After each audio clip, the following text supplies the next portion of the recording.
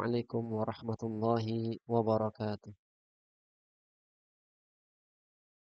Alhamdulillah wassalatu wassalamu ala Rasulillah wa ala alihi wa sahbihi wa mawalah amma ba'd.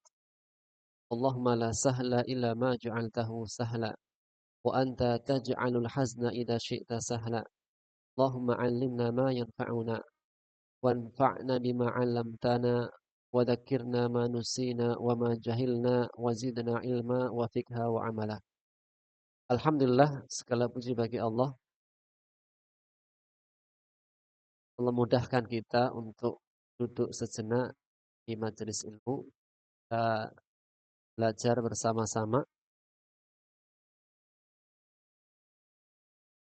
bersama-sama, ya, membaca, memahami Al-Qur'anul Karim kalamullah. Terakhir kita sampai pada ayat yang ke 28. Ya. Apa? Sahih? 28 ya. Baik, setelahnya kita ambil ayat 29.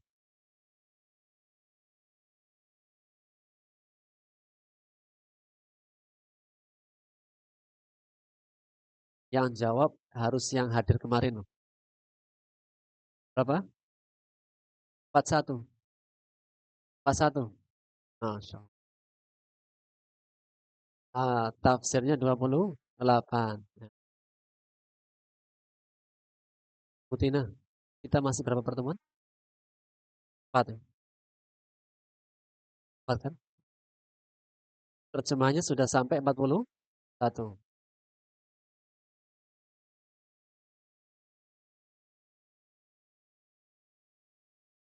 Baik, bismillahirrahmanirrahim. Kita ambil kosakata terlebih dahulu.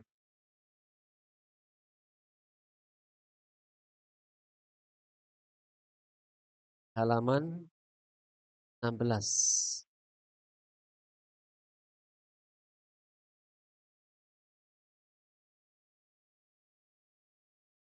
Halaman 6. Nah, 17. Kosakatanya di halaman 17.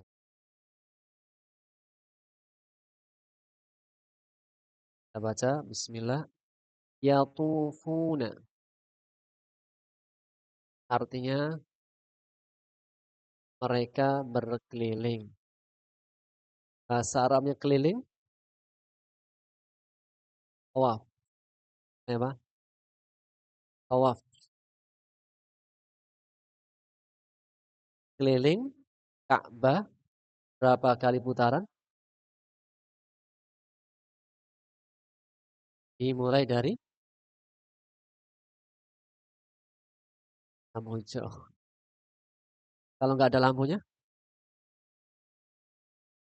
Hajar Aswad. Ya kan? Hajar Aswad. Dari Hajar Aswad, yang pertama jika bisa mengecupnya, takbil. Jika tidak bisa disentuh, jika tidak bisa, syarat. Syaratnya dicium enggak? Enggak perlu. Kalau disentuh baru dicium. Kalau nggak bisa mencium langsung, nggak bisa menyentuhnya, cukup dengan di lambe. Ketika lambe dicium enggak? Enggak, ya. Enggak perlu. Yang ketiga bisa langsung mencium Hajar Aswad. Jika tidak bisa dengan menyentuh dan dicium. Jika tidak bisa cukup melambai. Baik, tawaf. Apa itu tawaf? Berkeliling. Kita baca tafa yatufu tawafan hamimin. Artinya air panas. Hamimin.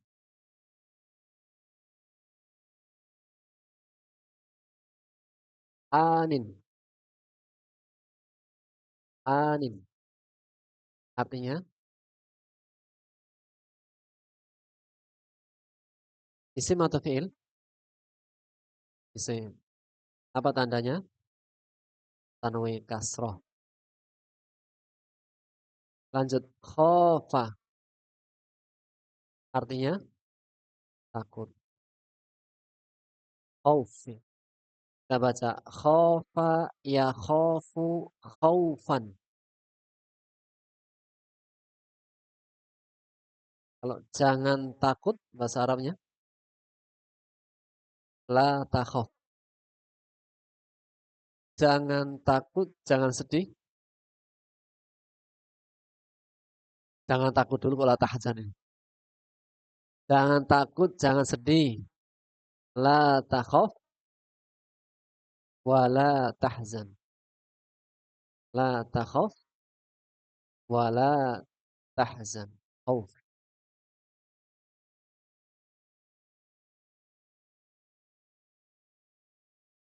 Baik. Maqam. Artinya, maqam punya beberapa arti. Yang pertama, maqam adalah tempat berdiri. Dari asal kata qoma yakumu. Artinya berdiri. Bahasa Arabnya berdiri, qiyaman. Berdiri. Duduk, qu'udan. Maqam adalah tempat berdiri. Ada makom, ada makam. Apa bedanya? Makom tempat berdiri. Makam, ya, di depan Ka'bah ada makom atau makam. Makom Ibrahim. Tempat berdirinya Nabi Ibrahim. Ngapain? Hah? Mandor. Tidak hanya mandor, ya arsitek. Setiap menegakkan bangunannya, selesai setapak kian ditinggikan, maka apa? Agak menjauh. Lihat. Lurus, lurus. Lanjut. Nabi Ibrahim adalah apa? Arsitek.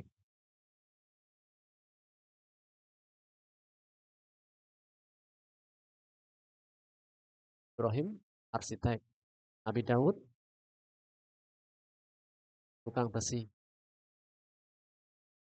Nabi Nuh, bikin kapal perahu. Apa lagi? Nabi Idris, jahit. Apa lagi? Jahitnya ada, bikin kapalnya ada, pandai besinya ada, dagangnya Nabi Muhammad Sallallahu Alaihi Wasallam.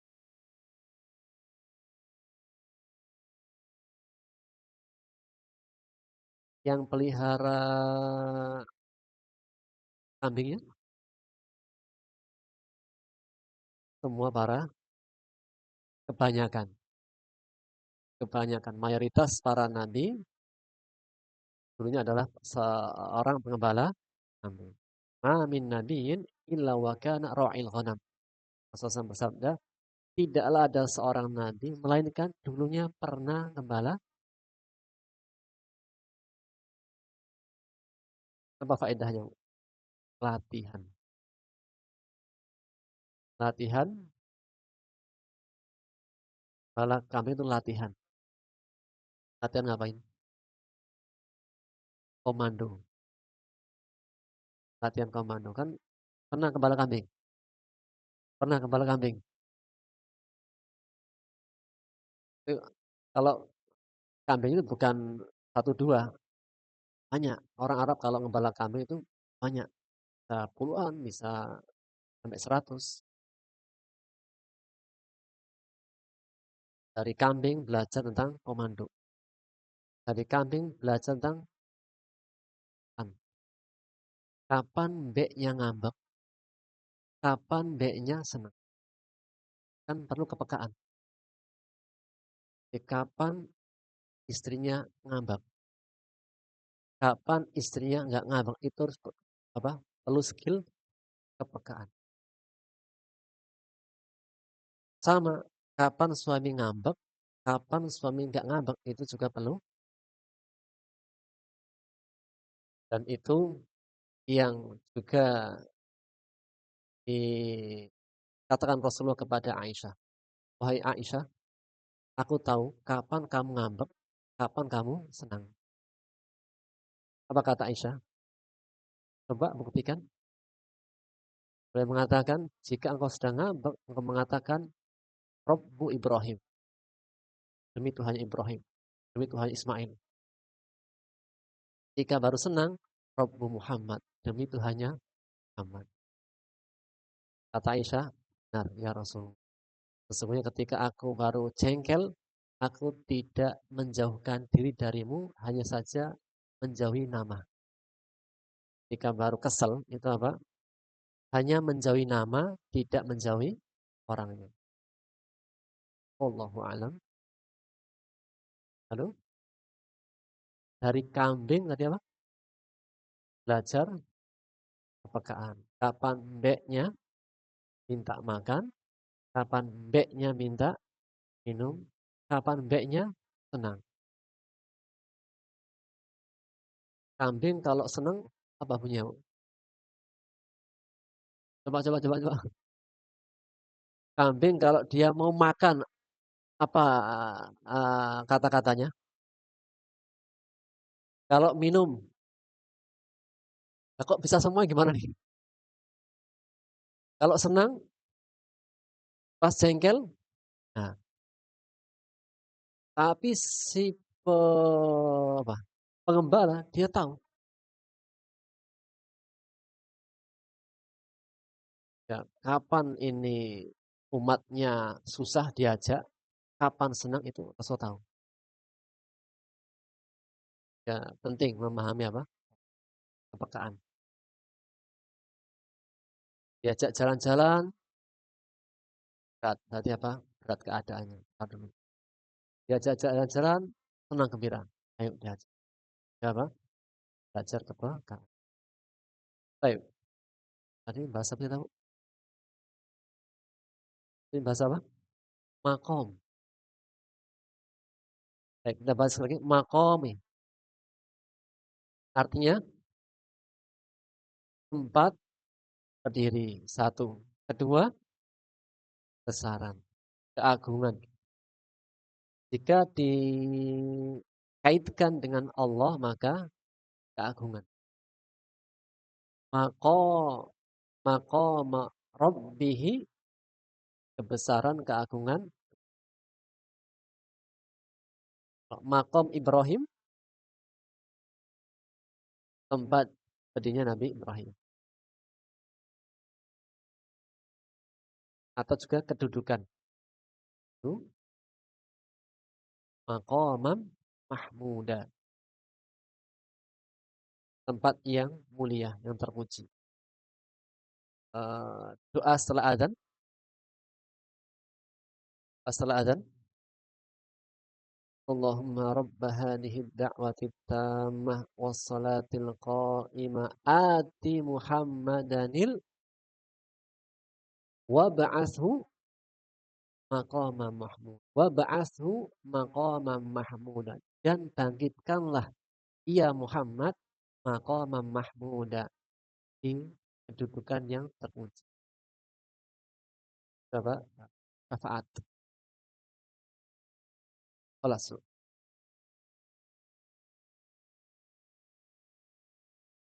Lagi kita baca yatufuna. Artinya mereka berkeliling. Hamimin. Artinya anin. Artinya khofa. Artinya maqama. Artinya maqama rabbihi. Keagungan Robnya. Maqam Ibrahim. Maqama mahmuda. Kedudukan yang terpuji. Baik, kelas. Kita mulai dari ayat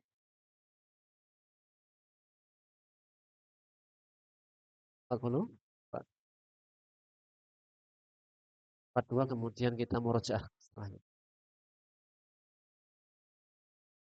Namun sebelumnya ayat 41, yu'raful mujrimuna bisimahum wa yu'khadhu bin nawasi wal aqdam.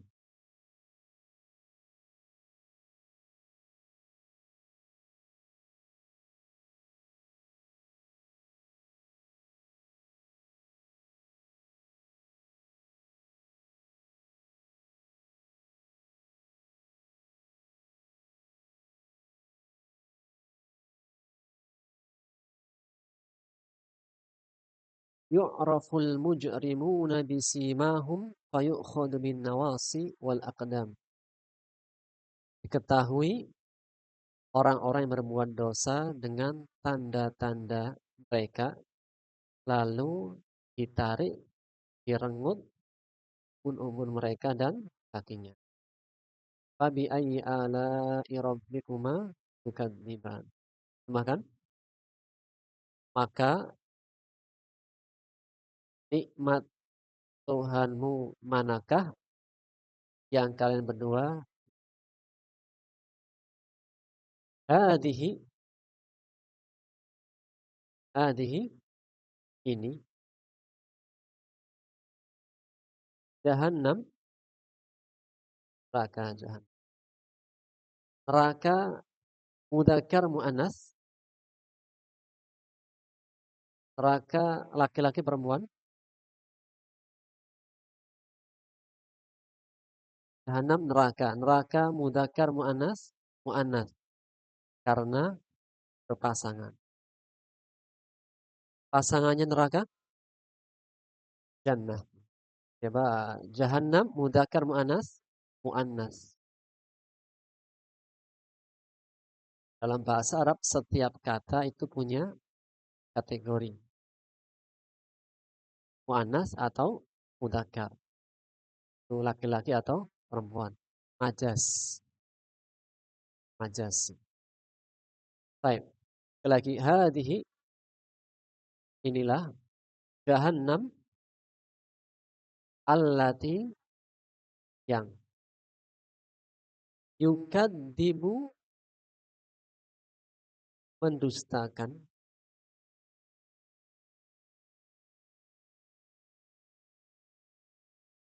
baik, yukadzibu fi'il, mana fa'ilnya? Al-mujrimun. Al-mujrimun artinya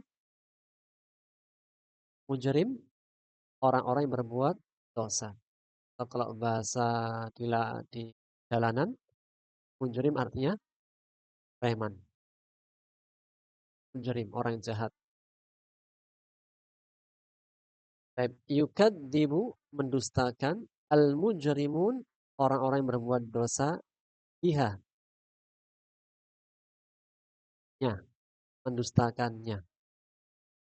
Yukadzibu pasti menggunakan bi. Jadi bi-nya tidak perlu diterjemahkan.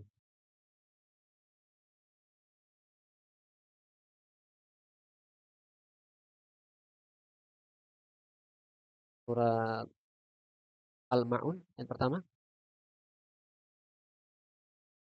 Surat Al-Ma'un ayat pertama. Ara'aital ladzi yukadzibu bi. Ada bi-nya. Yukadzibu bi. Bi-nya satu paket sehingga tidak perlu diterjemah. Yukadzibu biha, mendustakannya. Hal kembali ke mana? Ha, tunjukkan perempuan kan? Kalau laki-laki kan hu, kalau perempuan ha. Ha kembali ke mana? Jahannam. Sehingga Pak yukadzibu bihal mujrimun, mendustakannya orang-orang yang berbuat dosa, atau orang-orang yang berbuat dosa mendustakannya. Sekali lagi, hadhihi, inilah jahannam allati, yang dahulukan subjeknya orang-orang yang berbuat dosa mendustakannya. Subjek dalam bahasa Indonesia itu didahulukan. Dalam bahasa Arab, subjek justru di akhir. Setelah fi'il, fa'il. Kalau dalam bahasa Indonesia, subjek di mana? Di awal. Itulah bedanya grammar Indonesia dan grammar Arabik. Kalau dalam bahasa Indonesia, subjek didahulukan. Kalau dalam bahasa Arab, fi'il baru fa'il. Fa'il itu setelah fi'ilnya. Dan dalam menerjemahkan maka dahulukan subjeknya karena bahasa Indonesia. Sekali lagi, hadhihi jahannamul lati yukadzibu bihal mujrimun. Yang orang-orang berbuat dosa mendustakannya. Yatufuna, mereka berkeliling. Siapa? Orang-orang yang berbuat dosa, pendosa. Bainaha, di antaranya. Ha, kembali ke jahanam, neraka. Wa, baina, antara, antara hamimin an, air panas yang mendidih.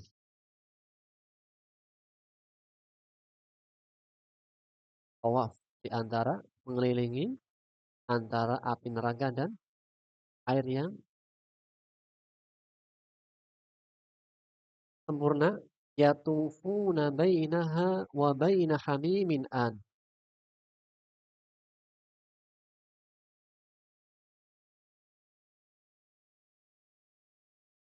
Mereka berkeliling di antara neraka jahanam dan di antara air yang terjemahan depak gini. Mereka berkeliling di sana. Di mana?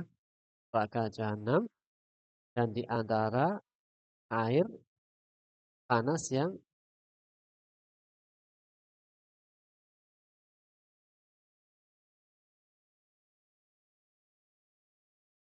apakah setiap air yang panas pasti mendidih? Jika dia air panas yang mendidih menunjukkan panasnya sangat panas dan terus menerus. Lanjut. Fabi ayyi ala'i rabbikuma tukadziban.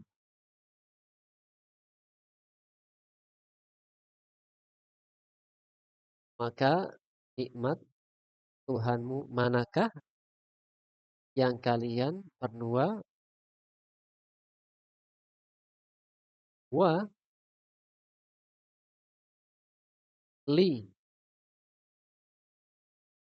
li li bagi untuk punya milik dapat memperoleh.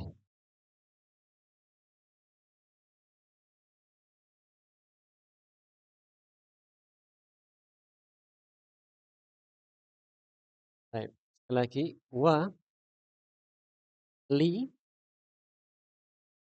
bagi untuk milik mendapat memperoleh punya man siapa? Khofa takut. Maqama rabbihi. Tadi apa? Kebesaran Robnya. Kalau makom Ibrahim, apa tadi? Maqama rabbihi, kebesaran Robnya. Sekali lagi. Waliman khafa maqama rabbihi. Yang takut kebesaran keagungan Robnya. Jannatani. Jannatan wa yang takut kebesaran hanya akan mendapat Berapa surga? Satu surga jannatun. Kalau dua jannatani. Kalau jamak jannat.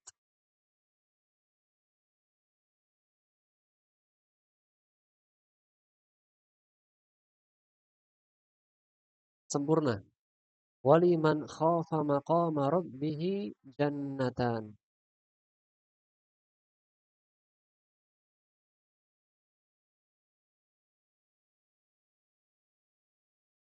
Baginya dua surga.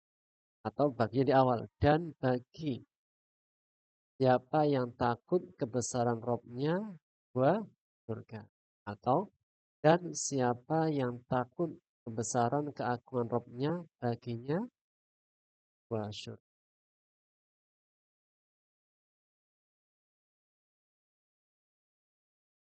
Fabi ayyi ala'i rabbikuma tukadziban.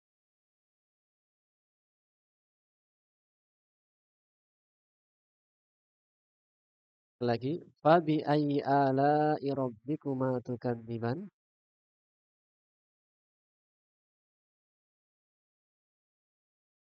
Maka nikmat Tuhanmu manakah yang kalian berdua maksudnya siapa? Jin dan manusia. Baik, dari awal lagi. Bismillah, dari awal. Dari awal ayat berapa kita? Tafsir kemarin? Tafsir kemarin kita? 30, 29 ya? 29 ya?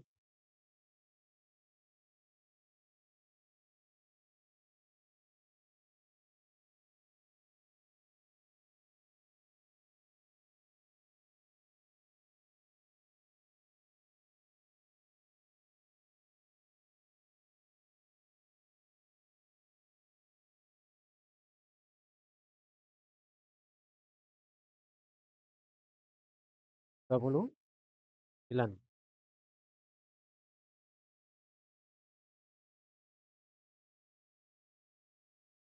Bismillah. Yas'aluhu man fis samawati wal ard. Yas'aluhu meminta padanya. Man fis samawati wal ardi. Siapa saja yang di langit dan kulla yaum setiap hari. Wa dia siapa? Allah fi sya'n dalam urusan kan. Sekali lagi yas'aluhu man fis samawati wal ard. Meminta kepadanya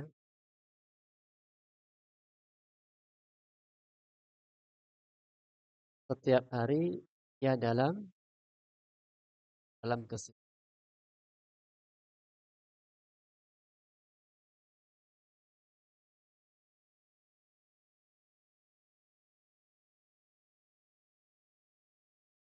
Allah Subhanahu ialah Allah yang Maha Suci. La yushghilhu sya'nun an sya'nin. Tidak pernah tersibukkan dari satu urusan dari yang lainnya. Wa huwa alladhi taqsiduhul khalaiq. Ialah Allah yang dituju oleh semua makhluk. Fi qada'i hawaijiha. Dalam menunaikan hajatnya. Wa huwal ghani. Dan dialah Allah yang maha kaya. Allah adalah maha yang semua yang ada di langit dan di bumi meminta kepadanya.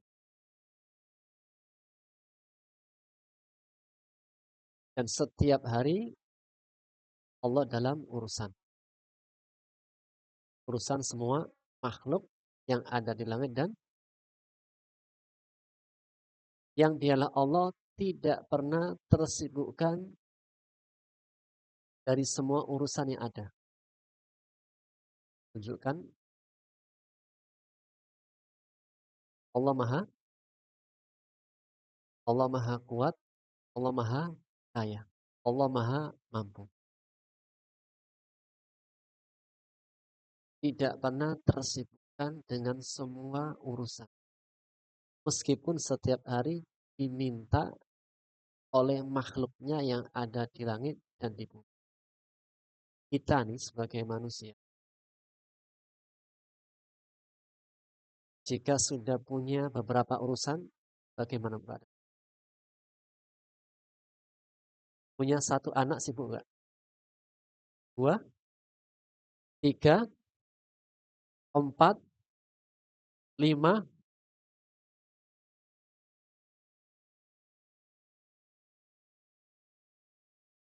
Kalau di kota kan maksimal cukup. Kalau di kota cukup, di kota anak cukup, itu apa? Belum, baru-baru. Cukup dua, cukup tiga, empat, lima itu Masya Allah. Ada orang Masya Allah banyak sekali. Kalau di kampung, empat, lima itu masih biasa. Bilang Masya Allah ketika sudah sembilan. Allah.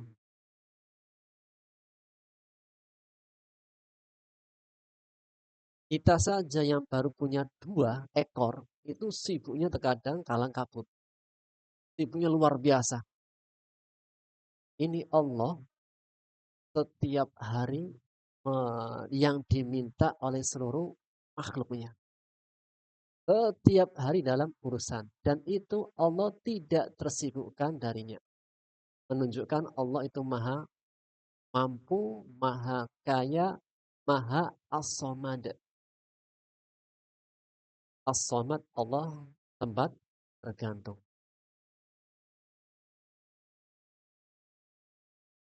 Dan dalam kaidah usul dalam kaidah fikih, al-mashghul la yushghal. Seseorang jika sudah sibuk, itu jangan disibukkan dengan yang lain. Itu manusia kita. Di kaidah, jika ada beberapa kesibukan yang menyibukkan, sudah jangan dikasih kesibukan yang lain. Al-mashghul la yushghal. Yang sibuk, udah jangan disibukkan lagi dengan yang lain. Jika sudah sibuk dengan satu kewajiban, maka kewajiban yang lain sementara ditunda. Itu maksudnya kaidah dalam seorang salah rokaatnya sehingga tidak tahiyat pertama. Maka seharusnya ketika di akhir salat dia harus sujud sahwi 2 kali. Ternyata di akhir rakaat juga lupa sujud sahwi. Salatnya sah atau enggak sah? Salatnya sah atau enggak sah? Perkara kurang nanti dulu. Sah apa enggak sah? Sah. Kenapa? Al-mashghul la yushghal. Orang yang sudah sibuk, udah tidak perlu dikasih kesibukan yang lain. Salatnya sah? Sah. Tapi ada yang kurang. Iya, tapi sah. Sujud sahwi itu untuk menutupi kekurangan. Dan untuk menghinakan syaitan. Ternyata sujud sahwinya juga lupa. Kenapa? Sudah sibuk. Kesibukan lagi. Ya, kita sebagai manusia ini kita terbatas. Jika kita sudah punya satu kesibukan dan sudah cukup menyita waktu dan sangat sibuk, sudah. Yang lainnya ditanggalkan sementara. Adapun Allah, la yushghiluhu sya'nun an sya'nin. Menunjukkan Allah itu kuasa, Allah itu maha kaya. Ulul khalqi muftaqirun ilaih. Semua makhluk itu fakir kepadanya. Apa kesibukan Allah? Min ihya'in wa imatah. Menghidupkan, mematikan. Wa qabdin wa bastin. Menyempitkan, melapangkan. Wa ghairu dzalika, dan yang lain-lainnya dari kehidupan manusia.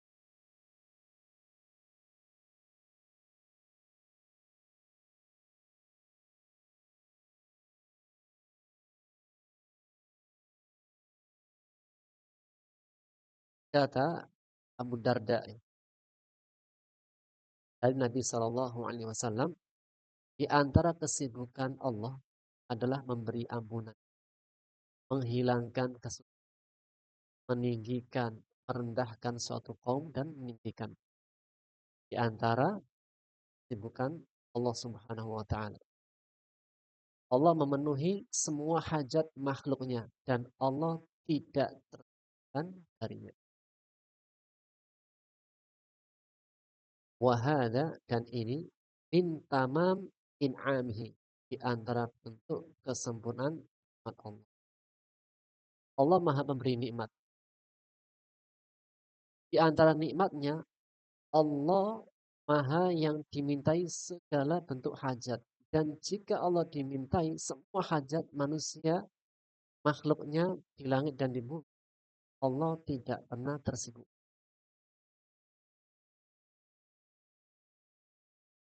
Bagaimana kiranya seandainya yang diminta itu terbatas.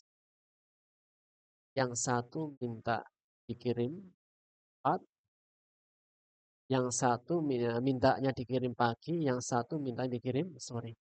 Tapi yang pengirimnya hanya satu, dia terbatas. Apa yang terjadi? Maka dia tidak akan bisa mengirim. Adapun Allah tidak. Allah la yushghilhu sya'nun an sya'nin.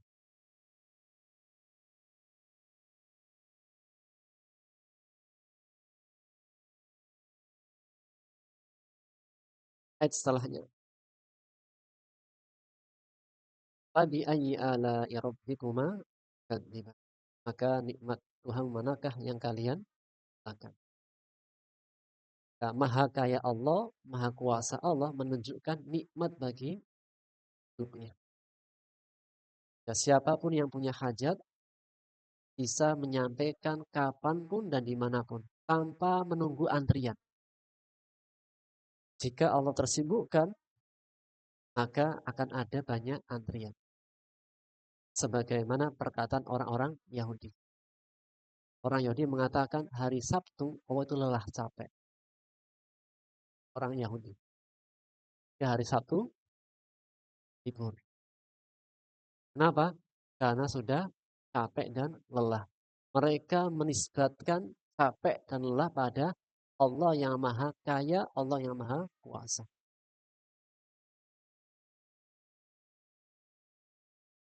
Ayat setelahnya, sanafrugu lakum ayyuhas tsaqalan. Kami akan beri perhatian penuh. Kami akan memberikan curahan perhatian yang penuh. Lakum, pada kalian, ayyuhas tsaqalan. Wahai manusia dan jin. Sanafrugu lakum, Allah memberikan perhatian penuh. Yaitu lil hisab. Makna perhatian yang penuh, curahan perhatian yang penuh adalah lil hisab, untuk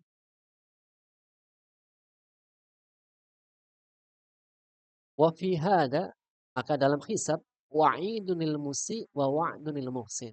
Terdapat kabar ancaman bagi orang yang buruk amalnya dan kabar gembira bagi orang yang baik amalnya.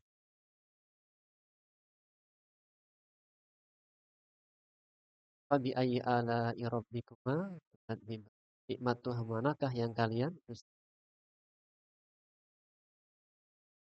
diberi perhatian satu nikmat atau tidak nikmat? Nikmat. Setelah kita berusaha dengan jerih payah kita, kemudian mendapatkan balasan nikmat,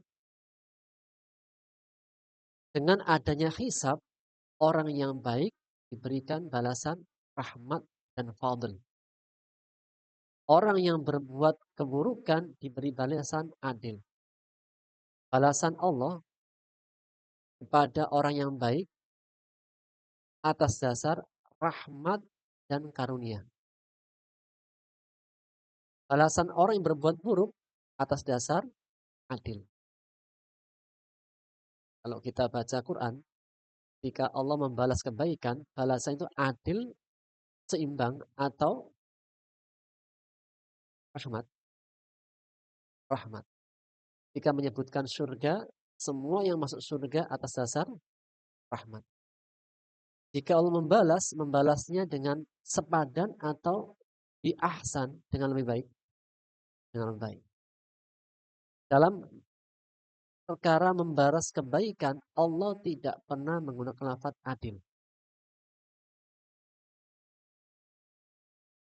Allah menggunakan lafaz adil. Allah menggunakan lafaz fadl, karunia. Allah menggunakan lafaz bi ahsani ma kanu ya'malun. Senantiasa dalam kebaikan bi ahsan. Allah memberikan balasan bi ahsan, dengan yang lebih baik. Allah memberikan balasan dengan fadl, dengan karunia yang lebih. Allah memberikan balasan dengan rahmat. Namun dalam perkara keburukan, Allah baru mengatakan jazaan, sebagai balasan yang setimpal. Maka dalam perkara hisab,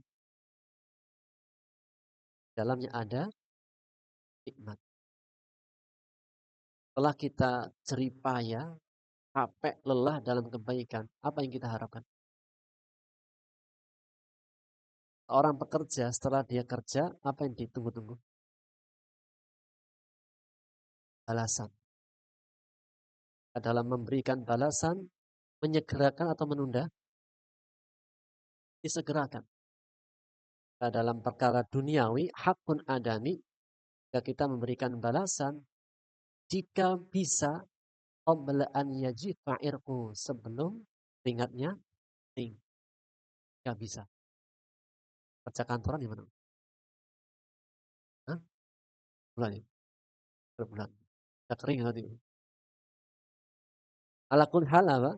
Dalam memberikan sesuatu, balasan, hendaknya disegerakan. Nah, dalam perkara memberikan balasan adalah merupakan sebuah nikmat dari Allah. Mengatakan fabi ayyi ala'i rabbikuma tukadziban. Ayyuhas saqalan. Allah menyebut manusia dengan saqalan. Makna saqalan adalah berat. Kenapa manusia dinamakan saqalan? Ibu, berat apa ringan? Ibu-ibu, berat apa ringan? Gantung. Nah, ibu-ibu, berat apa ringan?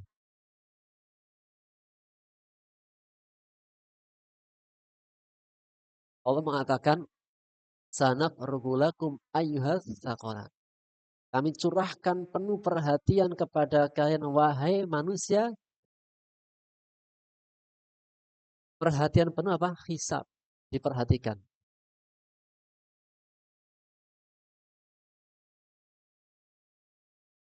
Perhatian itu nikmat. Sahih? Diperhatikan itu nikmat atau enggak nikmat? Nikmat. Mau makan daging, bentar. Nanti apa? Kolesterol. Mau makan goreng-gorengan, mau makan apa saja ditahan. Mau keluar mancing pun,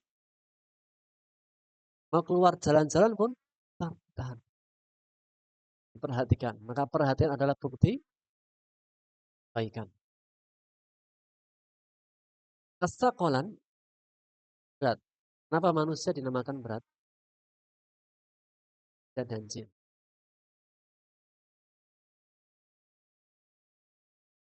Kira merasa berat ya? Rasa berat ya? Rasa berat. Manusia dinamakan dengan sakolan. Yang pertama karena beratnya urusan keduanya.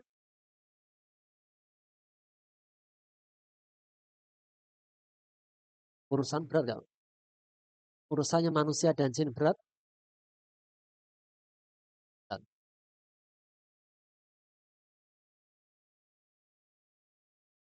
Selain manusia dan jin, selesai kehidupan, selesai. Kalau malaikat punya urusan nggak di akhirat nanti? Para malaikat punya urusan nggak? Ya, karena mereka orang baik, selesai.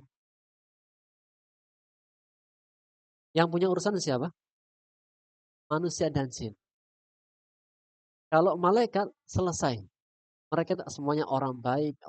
Semua adalah makhluk Allah yang taat, yang baik, yang tunduk dan patuh. Selesai. Kalau taat, tunduk, patuh, sesuai aturan, selesai. Tidak berat masalahnya. Jika tidak taat, tidak patuh, urusannya berat. Kita saja di dunia, kalau punya SIM, jalur sesuai, tidak akan ditilang.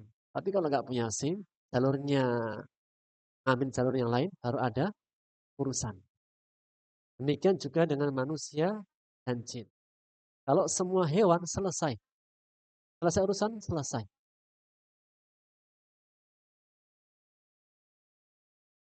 Hewan-hewan setelah Allah bangkitkan hidup, kemudian mengkisos di antara mereka, maka hewan-hewan setelah selesai kisosnya di antara hewan-hewan, selesai jadi tanah. Itulah firman Allah dalam surat An-Naba di ayat yang terakhir. Allah berfirman, wa yaqulul kafiru ya laitani kuntu turaba. Orang kafir berkata, ya laitani seandainya aku menjadi seperti tanah. Seandainya aku menjadi tanah. Kapan orang kafir mengatakan seandainya aku menjadi tanah? Ketika melihat keadilan Allah di hari kebangkitan. Allah bangkitkan semua hewan-hewan. Kemudian hewan-hewan pun saling mengkisos di antara mereka. Sampai ada seekor domba yang tidak bertanduk. Mengkisos domba yang bertanduk yang dulunya ketika di dunia pernah menanduk-nanduk ketika di dunia. Selesai kisosnya, Allah mengatakan, Kuni koba. Jadilah kalian semua tanah. Setelah hewan-hewan saling mengkisos, mereka jadi tanah selesai. Ketika manusia melihat pemandangan kisos antara hewan-hewan, maka mereka melihat betapa keadilan Allah. Maka orang-orang kafir sudah mengetahui betapa zalimnya mereka terhadap Allah. Maka mereka berangan-angan seandainya mereka menjadi tanah seperti hewan-hewan tadi. Namun tidak, urusan manusia dan jin tetap akan ditegakkan, yang baik mendapatkan kebaikan, yang buruk mendapatkan keburukan. Yang pertama dinamakan sakolan karena beratnya dan manusia, dan yang kedua dinamakan sakolan karena keduanya berat di mana? Sudah merasa berat di bumi. Bumi itu berat. Bumi merasa berat. Allah berfirman tentang hal ini dalam surat Zalzal ayat 2. Allah berfirman, "Idza zulzilatil ardu zilzalaha wa akhrajatil ardu athqalaha." Apabila bumi digoncangkan segoncang-goncangnya dan bumi mengeluarkan beban beratnya. Di bumi ada emas, ada permata, ada mutiara, dan yang lain-lainnya. Di antaranya adalah manusia. Maka manusia dan jin adalah beban berat bumi. Ketika nanti di hari kiamat, wa akhrajatil ardu asqala. Bumi memuntahkan, mengeluarkan beban beratnya. Di antara yang dimuntahkan siapa? Manusia dan jin. Dan bahkan dalam tafsirnya disebutkan tidak hanya manusia dan jin, emas-emas pun dikeluarkan. Dan pada saat itu emas-emas, bukan emas Jawa ya, ini emas beneran. Emas-emasnya pun dikeluarkan, kemudian apa? Mereka ketika dibangkitkan saling menginjak-injak emas. Kemudian mereka mengatakan, aduhai celakanya diriku, ya karena barang indah dulu kita, karena emas, ada nggak Bu? Karena emas seperti kain, emas beneran itu. Emas beneran. Karena urusan emas itu apa? Antar kelompok, antar suku, antar negara itu saling berebut. Dan di antara tanda hari kiamat nanti apa? Sungai Efrat itu kan apa? Ketika surut, ternyata yang muncul adalah emas. Makanya apa? Suku-suku kabilah saling berperang untuk menguasai emas tersebut. Karena emaslah akhirnya manusia saling bunuh-membunuh.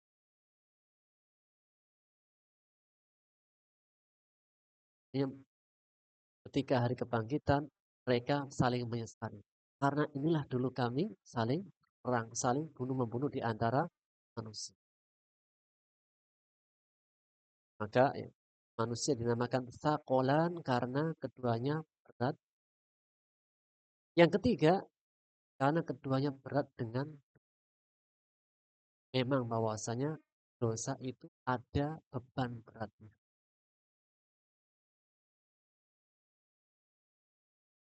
Allah berfirman dalam surat Asy-Syarah, surat Al-Insyirah atau Asy-Syarah.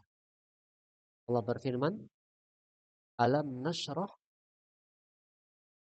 wa wada'na anka wizrak alladzi anqadha dhahrak.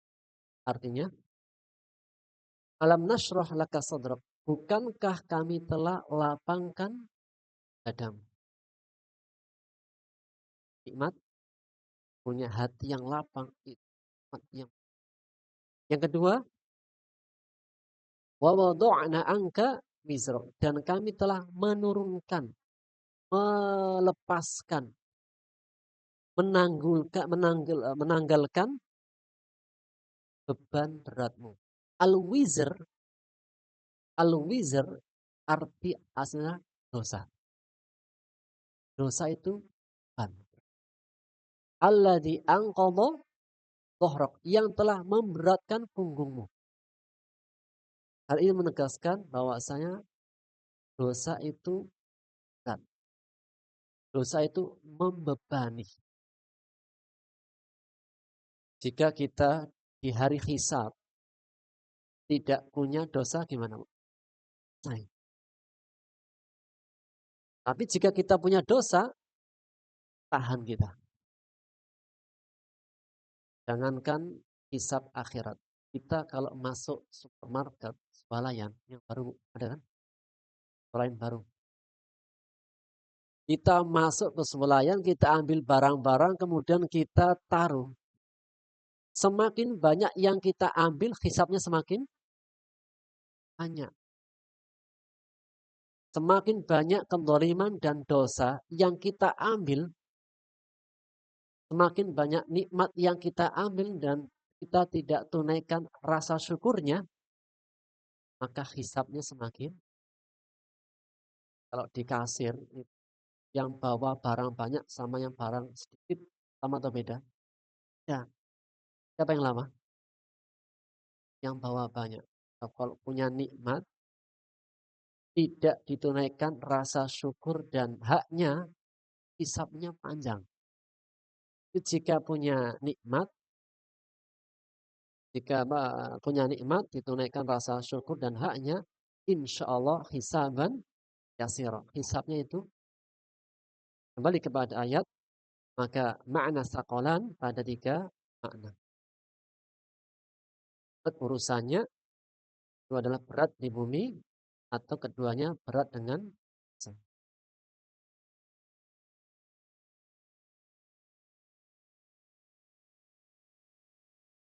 Ayat setelahnya,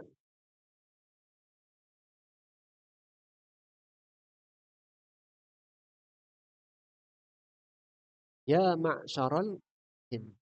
Terjemahkan, wahai golongan wal ins dan manusia. Ini stata'tum jika kalian mampu, bisa. Antang fudu, menembus, menembus min aqtaris samawati wal ard. Menembus langit dan fanfudu, tembuslah. La tanfuduna, kalian tidak dapat menembus. Illa, kecuali bisultan, dengan kerajaan, kekuasaan dari Allah.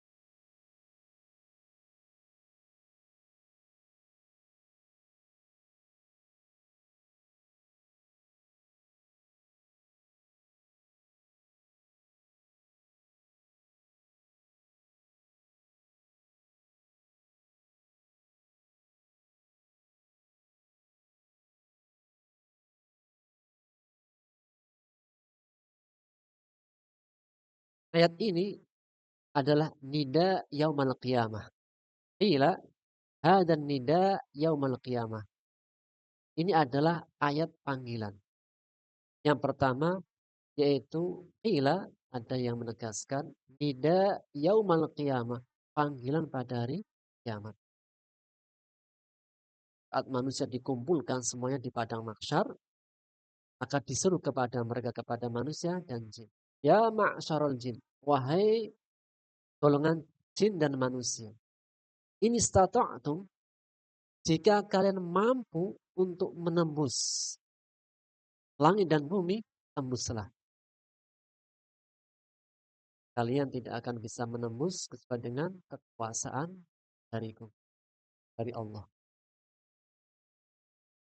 Hingga hal ini menegaskan tentang lemahnya manusia di hadapan kekuasaan Allah. Waqila, dan ada yang menegaskan tahaddin lahum fid dunya. Ini ayat tantangan kepada mereka di dunia. Bahwasanya mereka tidak akan bisa, tidak punya jalan untuk menembus langit dan bumi. Kecuali dengan kekuasaan dari, adakah manusia bisa lepas dari kuasa Allah? Meskipun manusia bisa dari bumi menembus kemana? Bulan. Dan qala ba'dul mu'asirin, sebagian orang-orang mu'asirin mengatakan sultan, sultanul ilmi. Makna sultan di sini adalah sultanul ilmi. Kekuasaan yang berupa ilmu. Maksudnya bahwasanya manusia bisa menembus sebagian daripada kerajaan Allah dengan ilmu. Hingga sebagian ulama tafsir mengatakan ini ayat-ayat apa? Manusia tidak bisa menembus kecuali dengan kekuasaan dari Allah. Apa itu? Ilmu. Dan ilmu manusia bisa menembus ke bulan, bisa menembus mungkin ke planet yang lainnya. Namun semuanya tidak terlepas dari kekuasaan, yang tidak ada yang bisa keluar dari kekuasaan Allah langit dan bumi. Sehingga pada dua makna, yaitu pada ini ayat adalah ayat ketika di hari akhirat. Dan manusia tidak punya tempat untuk menghindar berlari. Atau pada tantangan di dunia. Di dunia pun manusia tidak akan bisa keluar dari kekuasaan Allah. Seandainya mereka bisa menembus ke bulan, itu dengan sultanul ilmi. Kekuasaan ilmu yang Allah berikan kepada mereka untuk bisa menembus ke sebagian yang Allah kehendaki.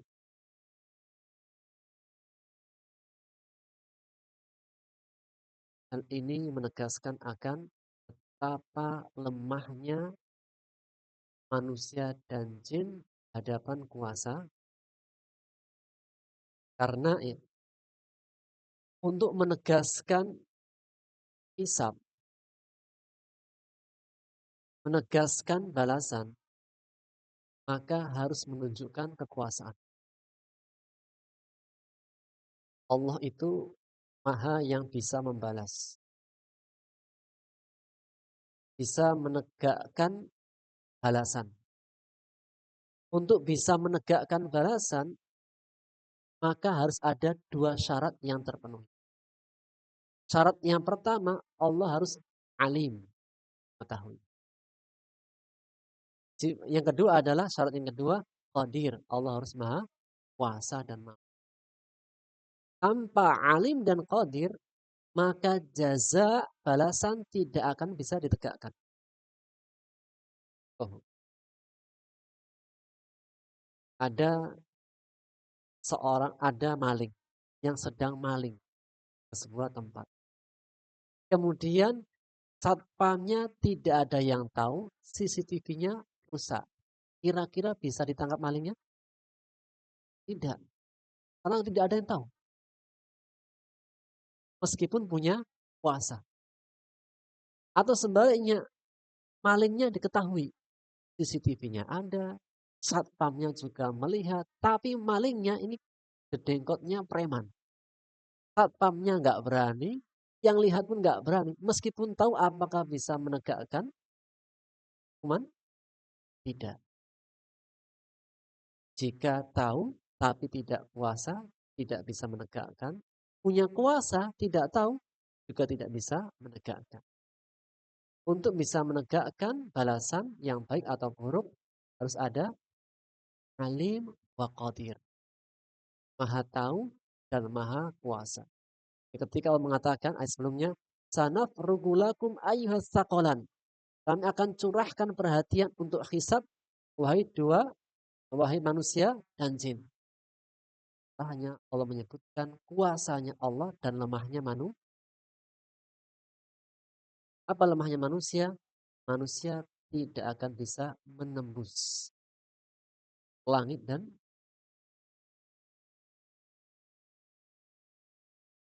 kecuali dengan kekuasaan yang Allah beri. Ada dua makna. Makna yang pertama, sama sekali tidak bisa. Makna yang kedua tadi, bahwasanya bisa dengan sultanul ilmi, kekuasaan ilmu. Allah mampukan manusia untuk bisa menembus. Meskipun dia bisa menembus, tidak akan bisa menembus semua kerajaan Allah.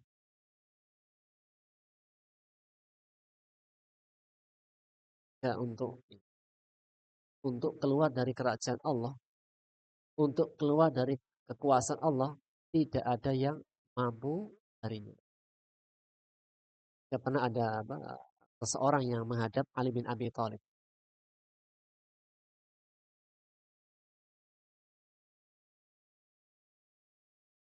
Datang seorang laki-laki yang ingin berbuat kejahatan, berbuat kemaksiatan. Namun ketika ingin berbuat kemaksiatan, dia menghadap kepada Ali. Wahai Ali, saya ingin berbuat maksiat.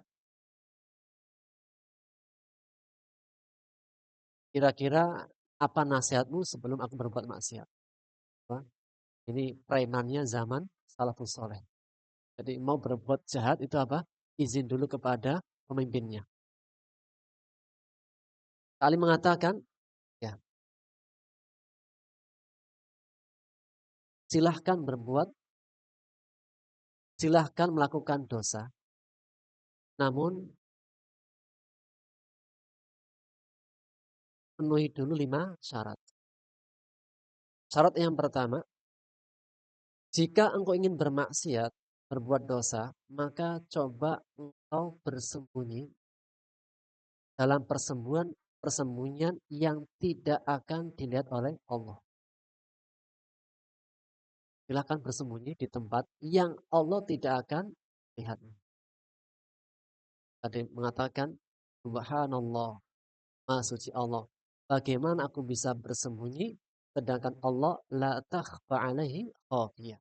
Tidak ada sesuatu apapun yang tersembunyi dari penglihatan Allah. Syarat yang kedua, jika engkau berbuat dosa, maka silakan berbuat dosa, namun jangan lakukan di bumi Allah. Silakan, tapi jangan di buminya Allah. Tidakkah engkau malu berbuat dosa, sedangkan engkau masih menempati buminya Allah?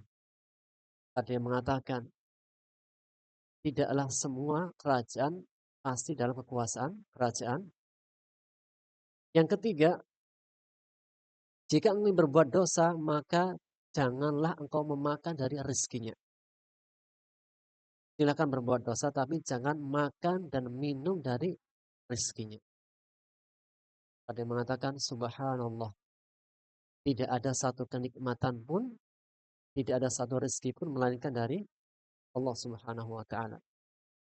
Yang keempat, silakan berbuat dosa, namun jika malaikat maut datang kepadamu, katakan kepadanya, bentar dulu. Maka dia mengatakan, subhanallah, wa hal li quwwatun alaihi. Apakah aku punya kemampuan untuk menolak kedatangannya? Kemudian yang kelima, jika engkau ingin berbuat dosa, maka silahkan lakukan itu. Namun, bisakah engkau menghapus catatan para malaikat Raqibun Atid? Engkau bisa mengingkari catatan Raqibun Atid, malaikat yang menulis lagi mencatat, maka silahkan lakukan perbuatan dosa. Akhirnya dia tidak jadi berbuat dosa dan dia bertobat. Ya, Pak, ini seorang pendosa yang zaman salafus.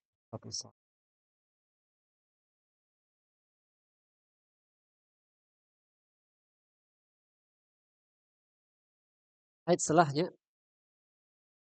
yursalu alaikuma, yursalu, yursalu alaikuma, dikirimkan pada kalian berdua. Syuwadun minnar, nyala api. Wa nuhasun, dan cairan tembaga. Fala tantasiron, maka kalian berdua tidak dapat tolong darinya atau mendapatkan pertolongan.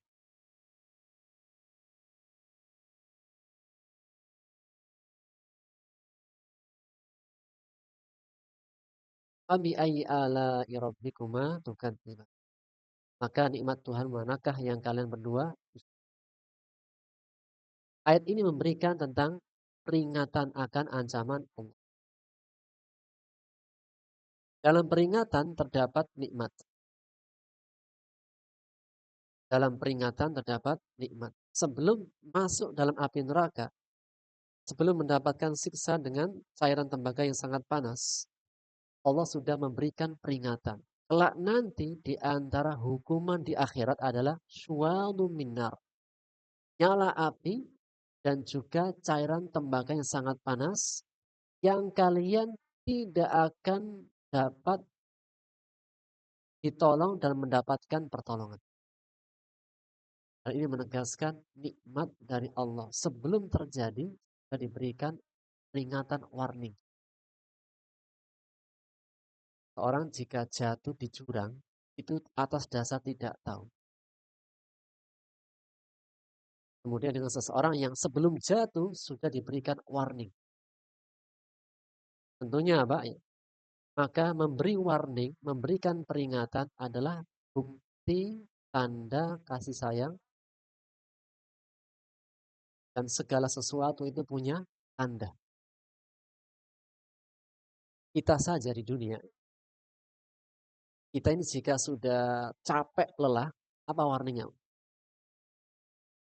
Kita kalau sudah nyetir mobil, kok sudah capek, lelah, apa warningnya? Ngantuk, lemes. Itu menjadi warning. Maka peringatan itu bentuk rahmat dari Allah. Manakah yang lebih baik keadaannya? Tiba-tiba langsung stadium 4 atau sebelumnya sudah ada warning demi warning, warning demi warning. Tidak ada peringatan, tiba-tiba langsung meninggal. Langsung sakit parah. Berbeda dengan seseorang yang ketika dia sebelumnya ada peringatan, sebelumnya ada nasihat, sebelumnya ada saran-saran. Maka peringatan sebelum terjadinya siksa adalah bentuk rahmat dari,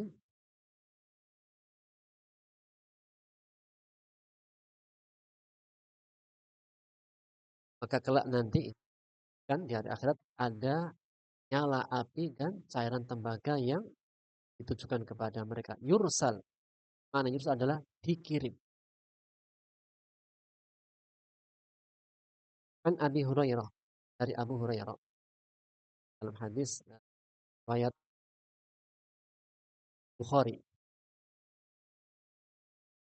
Dari Nabi SAW ia berkata, yuhsyarun nasu ala thalathati tara'iq. Kelak nanti manusia akan giring, akan dikumpulkan di padang mahsyar jika digiring ke padang mahsyar dengan 3 keadaan. Setelah dibangkitkan, itu akan digiring di tempat mahsyar, tempat berkumpulnya manusia. Maka yang pertama adalah golongan raghibin rahibin. Golongan manusia yang senang dengan balasan. Rahibin ketakutan dengan neraka. Golongan pertama adalah sebagiannya senang dengan adanya hari kebangkitan, dengan adanya mahsyar, karena akan mendapatkan surga. Yang kedua, rahibin. Mereka takut dengan ancaman neraka. Ya Pak? Golongan pertama, raghibin rahibin. Ada yang tenang, ada yang takut. Yang ketiga, ada golongan yang ketika mereka dikirim di padang mahsyarnya, mereka naik di atas kendaraan. Satu onta, 2 orang. Satu onta, ada yang 3 orang. Satu onta ada yang 4, sampai ada yang 10. Mereka bergantian sesama di antara mereka. Dan yang ketiga adalah, golongan ketiga adalah orang-orang yang mereka digiring kepada mahsyarnya oleh api. Kemanapun mereka singgah, berhenti, berlalu, mereka digiring oleh api. Saat mereka jalan, mereka digiring dengan api. Saat mereka berhenti sejenak, mereka disertai oleh api. Wa tusbihu wa tumsi. Baik di kala pagi maupun di kala sore. Yursalu alaikum. Dikirim kepada kalian berdua.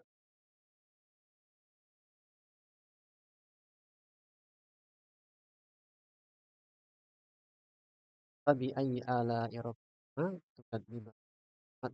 Maka yang kalian berdua itu adalah fa'i dan syaqqatis sama. Maka apabila langit terbelah,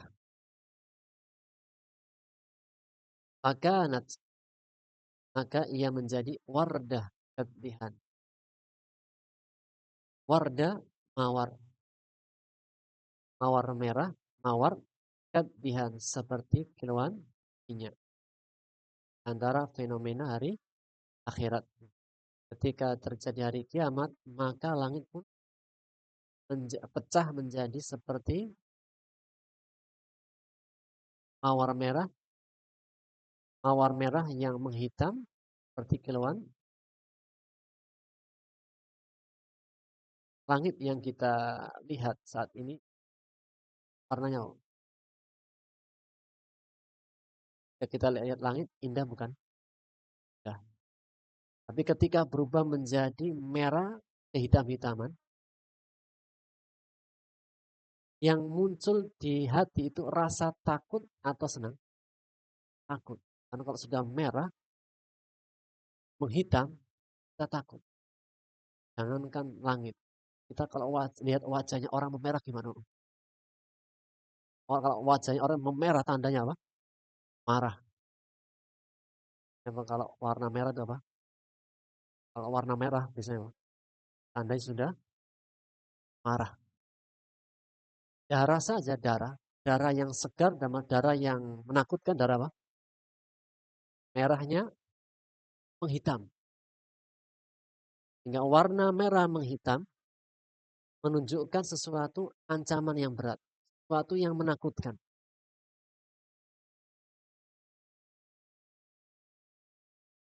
Ketika terjadi hari kiamat, Allah sebutkan sifatnya, langit pun terbelah. Menjadi seperti mawar merah kilauan minyak. Maka pada hari itu, fabi ayyi ala'i rabbikuma tukadziban. Maka nikmat manakah yang kalian berdusta? Fayauma idzil la yus'alu 'an dzambihi insu wala jan. Maka pada hari itu tidak akan ditanya manusia dan jin tentang fabi ayyi ala'i rabbikum tukadziban. Maka nikmat Tuhan manakah yang kalian berdua? Dengan adanya hari kiamat,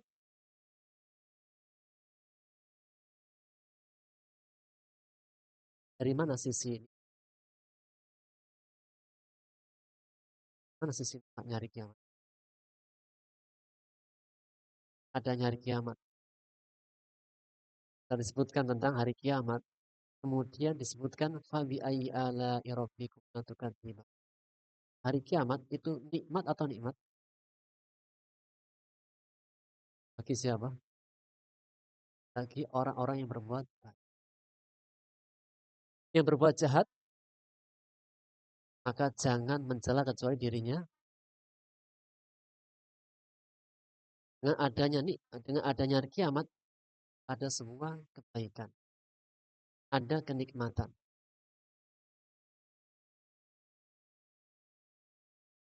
Yang di hari itu tidak perlu ditanya dosanya manusia.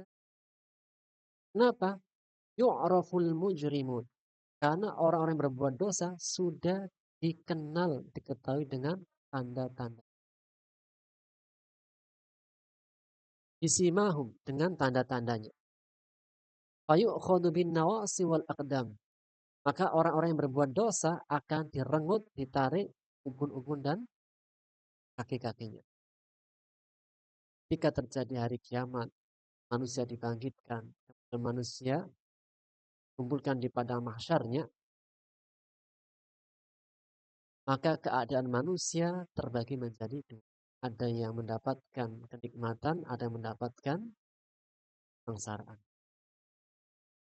Orang-orang yang bertakwa ketika dikumpulkan di padang mahsyar, apakah sama dengan orang yang berbuat dosa? Ya, Allah berfirman dalam surat Maryam. Yauma nahsyurul muttaqina ilar rahmani. Pada hari kami kumpulkan, kami giring orang-orang yang bertakwa menuju Ar-Rahman, menuju Rabb Allah yang Maha Pengasih, dan sebagai utusan yang dimuliakan. Lafaz wafdan adalah rombongan utusan yang datang yang dimuliakan. Mana Bu? Kalau kita itu menjadi undangan khusus. Haji itu kan ada yang jalan karena kuota, ada yang undangan raja. Itu baik, ada kuotanya kan. Maka yang datanya undangan gimana?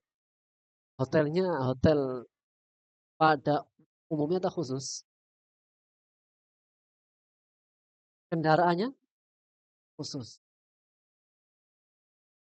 Yang menyambutnya khusus. Bahkan makanannya pun khusus. Maka ketika Allah menyebutkan orang-orang yang bertakwa, Wa yauma nahsyurul muttaqin. Pada hari kami mengumpulkan, menggiring, tepatnya apa? Menyambut orang-orang yang bertakwa yang mereka didekatkan kepada Ar-Rahman waf sebagai yang di lafaz waf dan adalah utusan yang diundang, yang didatangkan dengan penuh penghormatan dan kemuliaan. Sebaliknya, wa nasukul dan kami giring. Kalau nahsyuru, ya, kedatangannya itu undangan. Kalau nasuku dipaksa. Lafaz nasuk adalah ketika dia didatangkan, digiring dengan paksa. Wa nasukul mujrimin dan kami menggiring orang-orang berbuat dosa ila jahannam, ke neraka jahanam wirda. Lafaz wirda adalah lafaz yang digunakan untuk rombongan orang-orang yang sedang haus. Orang-orang yang tinggalnya apa? Zaman dulu itu sumur gak banyak. Beberapa apa? Titik. Maka terkadang apa? Ketika untuk mengambil air, maka mereka itu rombongan. Ketika mereka akan datang waktunya, datang waktu mereka, mereka itu ketika datang sudah dalam keadaan haus dan lelah. Dan Allah sifatkan kepada orang-orang yang mujrimin. Allah mengatakan wa nasukul mujrimin dan kami kirim orang-orang mujrim buat dosa wirda ketika mereka datang ke neraka jahanam dalam keadaan haus dan lelah. Kedatangan yang sudah dalam keadaan haus dan lelah. Dan ketika mereka datang, datangnya ke neraka jahanam. Allah berfirman dalam surat Shafat ayat 22. Uhsyurul ladina zalamu. Kumpulkanlah orang-orang yang mereka berbuat zalim. Wa azwajahum dan pasangan-pasangan dalam burukan. Dalam memasukkan ke dalam api neraka, dalam mengumpulkan mereka di padang mahsyar itu tidak masing-masing. Pertanggungjawaban amalnya masing-masing. Namun ketika mereka dihadirkan dalam keadaan kelompok-kelompok. Dalam ayat yang lain zumrah. Allah mengatakan kumpulkanlah orang-orang yang zalim wa azwajum dan pasangan-pasangan mereka, baik pasangan dalam arti pasangan laki-laki perempuan atau makna pasangan sekelompok di antara mereka. Karena memang biasanya dalam berbuat keburukan itu berkelompok-kelompok. Ada circle-nya, ada kelompoknya, masing-masing itu punya komunitasnya. Demikian juga ketika mengumpulkan mereka, kumpulkan mereka orang zalim, wa azwajum dan pasangan-pasangan mereka, wa ma kanu ya'bud dan apa-apa yang mereka dulu. Hingga yang dikumpulkan pelakunya dan barang bukti. Halanya yang mereka sembah dulu dihadirkan. Yang menyembah juga dihadirkan. Sehingga perbuatannya, pelakunya dan barang buktinya. Siapa yang bisa mengelak? Didatangkan barang buktinya, buatannya, kemudian pelakunya. Itulah di antara firman Allah di yu'raful mujrimuna bisimahum. Orang-orang yang mujrim ketahui dengan tanda-tanda. Dan tidak hanya itu, Rasulullah SAW bersabda dalam hadis Anas, hadis yang diriwayatkan oleh Bukhari, an Anasin radhiyallahu anhu. Dari Anas semoga Allah meridhai, anna rajulan, bahwasanya ada seorang lelaki. Ia berkata, ya Nabi Allah, wahai Nabi Allah, yuhsyarul kafiru ala wajhi yaumal qiyamah. Apakah orang kafir nanti ada yang ketika dibangkitkan di padang mahsyar pada hari kiamat itu di atas wajahnya?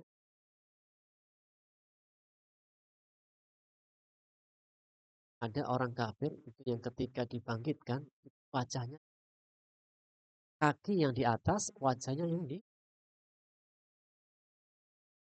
dia berjalan di atas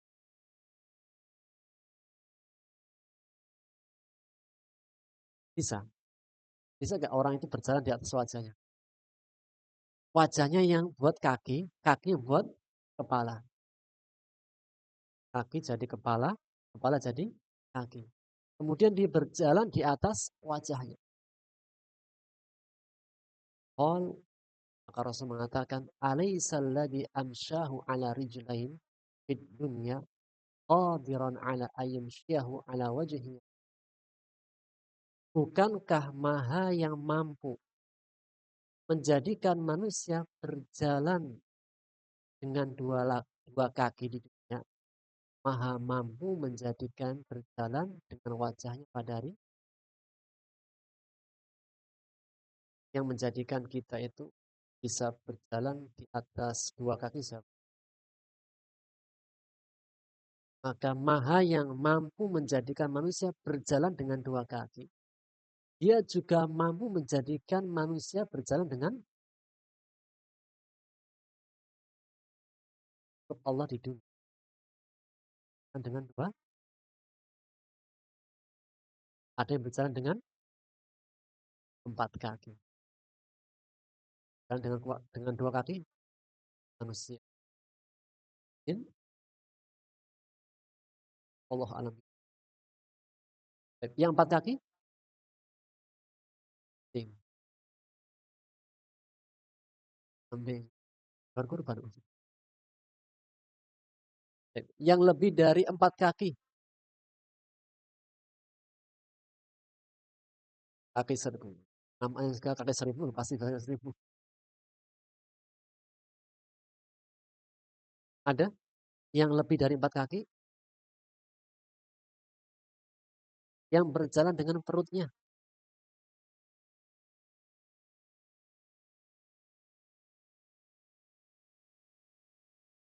Ular.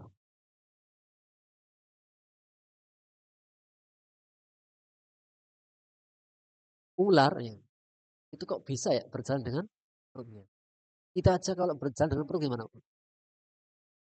Dan kalau berjalan dengan perut gimana? Susah kan? Dan nggak bisa cepat. Tapi kalau ular, kita lihat. Mana kan? Gimana kalau ular itu berjalan dengan perutnya? Cepat. Siapa yang menjadikan dia bisa berjalan dengan perut? Maka di antara orang kafir nanti pada hari kiamat ada yang berjalan dengan apa? Karena dulunya dia memperturutkan hawa.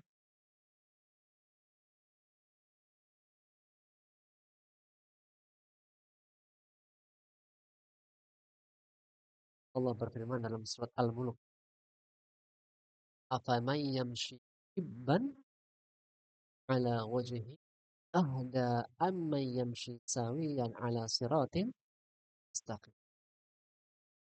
Allah bertanya, apakah sama seseorang yang berjalan yang wajahnya lungkup, tersungkur dengan seseorang yang berjalan tegak lurus menghadap? Sama atau beda? Ini memberikan gambaran. Seseorang yang berjalan di atas hidayah, cahaya dari Allah, lurus tegak. Dengan seseorang yang dia itu memperturutkan hawa nafsunya. Menjadikan wajahnya terjatuh, tertelungkup dengan hawa nafsunya. Kira-kira jalannya sama atau beda? Yang hidupnya di atas bimbingan hidayah, cahaya dari Allah. Dengan yang hidupnya memperturutkan hawa nafsunya, keseharian hidupnya sama atau beda? Orang muslim 5, jam berapa bangun? muslimah, muslimah nih, sudah muslim muslimah udah balik akal. Hah? Solehah banget, solehah banget.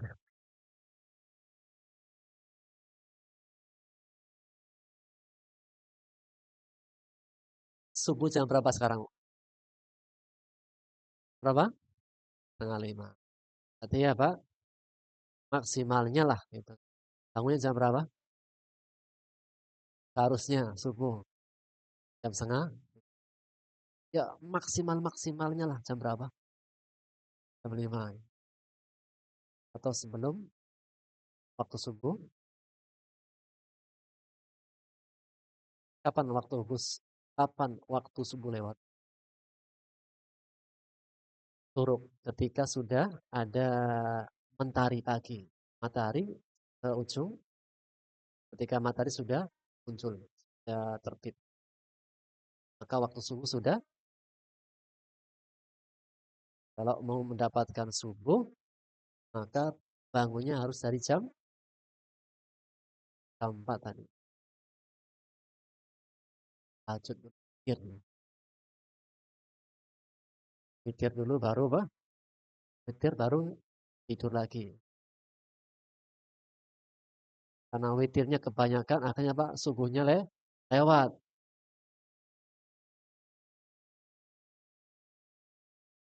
Lebih utama mana? Sholat wajib subuh atau sholat witir? Wajib subuh. Apa? Ya, subuhnya yang diutamakan. Baik. Kalau kesiangan langsung sholat atau gugur. Misalnya bangunnya jam 7. Kalau subuhnya gugur atau wajib? Atau wajib. Gimana caranya? Langsung sholat ketika bangun atau ketika sedang bersabda, barang siapa yang dia lupa atau tertidur dari sholatnya, maka qadha'nya saat dia ingat dan atau bangun darinya. Andainya bangunnya jam 9, jam 8, ketika bangun langsung segera. Mungkin kan, capek malamnya kan, habis jalan-jalan di pantai apa nih, Anyar, capek lelah kan, betina bu, ngasih apa, ngasih tanda bu, capek kan jalan-jalan itu kan, punya kelewat. Bangunnya jam yang ketika matahari terbit. Nah,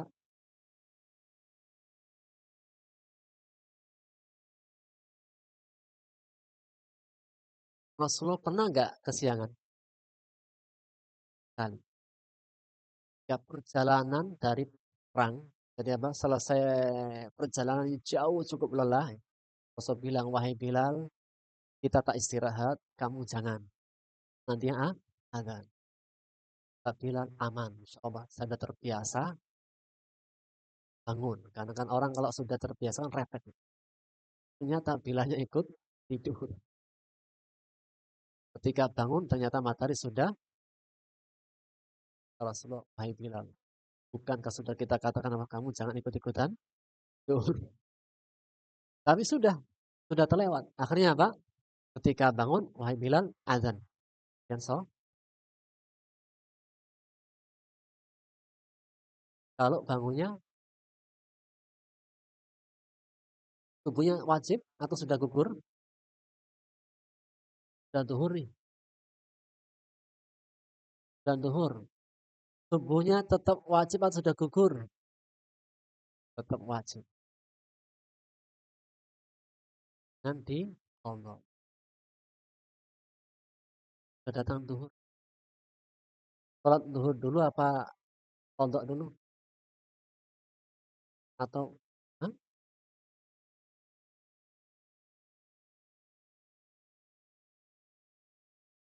Duhur dulu apa pondok dulu? Lihat keadaan. Jika misalnya satu rombongan bangunnya duhur semuanya.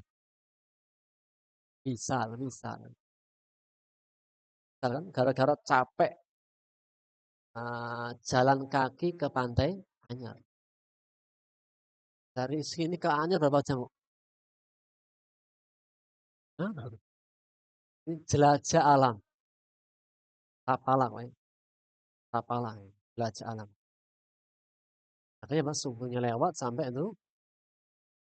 Maka jika kita satu rombongan semuanya nih, maka yang didahulukan adalah secara urutan. Subuhnya dulu baru zuhur. Demikian juga dalam mengkodok. Dalam mengkodok, maka apa? Secara berurutan. Seperti kayak jamak. Jamak kan ada yang digabungkan. Zuhur ke asar, asar ke zuhur. Baik, asar ke zuhur. Mana dulu? Kita mau jamak takdim. Zuhur kita tarik ke asar, kita tarik ke zuhur. Zuhur dulu baru asar. Baik, sekarang jamak takhir. Zuhur kita tarik ke asar. Zuhur dulu baru asar. Karena secara berurut. Kan lalu hari Sabtu ya. Kita jalan-jalan ke Bogor. Jalan-jalan Bogor. Bagian kita ada yang menjamak, saya tidak. Tidak karena Bogornya dekat. Saya lihat 51 kilo. Perjalanan 1 jam. Sebagian ada yang menjamak. Ya sudah. Nah, secara apa penerapannya bahwasanya apa? Urutan. Zuhur baru asar. Atau jika ditakhirkan, zuhur baru. Namun jika kita niatnya menjamak. Atau kita belum sholat. Ternyata sudah masuk asar. Yang kita di masjid yang kita bukan milik kita. Masjid kita sebagai seorang musafir. Maka kita apa? Ketika ikut berjamaah dengan mereka, kita sholat asar dulu. Tentunya ini ikhtilaf. Ini ikhtilaf. Namun pendapat yang saya pribadi lebih condong tadi berurutan. Kecuali keadaan tadi kita sedang berjamaah dengan jamaah yang lainnya, yang mereka sebagai imam, maka kita mengikuti imamnya. Mereka sholat asar, kita juga bermakmum dengan sholat asar. Harus selain sholat. Tapi ada pendapat yang kedua, bah. Enggak, kita niatnya zuhur. Harus setelahnya tetap berpegang pada apa? Cara ikut jamaah namun beda niat. Imamnya niatnya asar, kita niatnya boleh tidak dalam sholat berjamaah beda niat?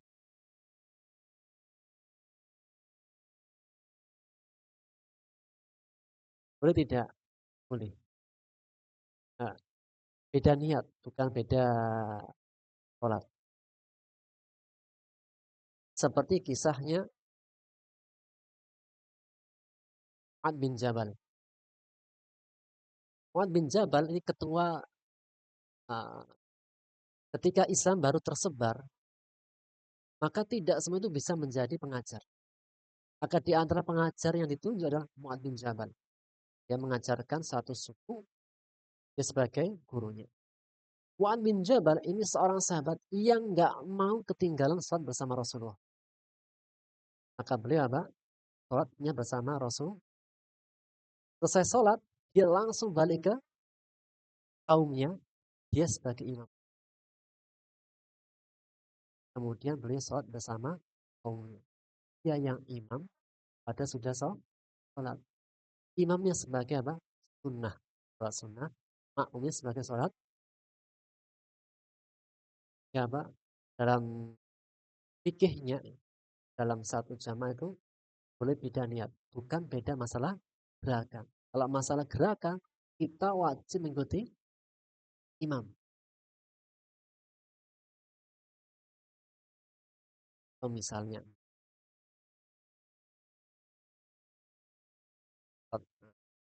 sholat kita rombongan ya, kita sholat bersama. Kita sudah selesai sholat, berjamaah 27 derajat pahalanya. Kemudian ada teman kita itu yang baru datang terlambat, dia seorang diri. Maka dia harus sholat seorang diri berapa pahalanya? Satu. Biar dia jamaah dapat 27 derajat. Gimana caranya? Ada yang bersedekah. Apa sedekahnya? Dia membersamai dalam jamaah. Yang temannya yang baru datang, niatnya sholat wajib, dan dianya sholat agar dia tetap mendapatkan sholat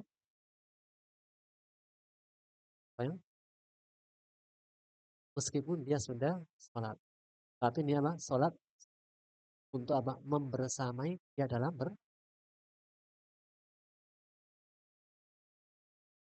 wallahu a'lam. Dicari di fikih. Atau tanyakan ustadz yang lain. Boleh tidak apa? Kembali kepada materi kita. Tadi apa? Kembali kepada hadisnya. Bahwasanya Allah Maha berkuasa menjadikan dia berjalan dengan wajahnya. Hadis yang kedua, an Amr bin Shu'aib an abihi an jadhi, dari Nabi SAW dia mengatakan, yuhsyarul mutakabbirun. Kelak nanti orang-orang yang takabur, sombong. Yaumal qiyamati amsalad dar. Pada hari kiamat mereka itu sebesar bitawi. Fi suarir rijal, dalam bentuk laki-laki. Yaksyahumul dhullu min kulli makan, yang mereka itu terhinakan dari setiap tempat. Manusia jika dibangkitkan di hari kebangkitan itu kan sama semuanya. Sama rata. Di dunia ada namanya tahapan proses di dunia. Kita ini tiba-tiba langsung dewasa atau berfase. Janin, bayi, kemudian remaja, dewasa. Namun ketika nanti pada hari kiamat, ketika dibangkitkan, semuanya sama dalam satu keadaan. Sehingga tingginya pun sama, keadaannya pun sama. Namun bagi orang-orang yang sombong di dunia, orang sombong merasa besar.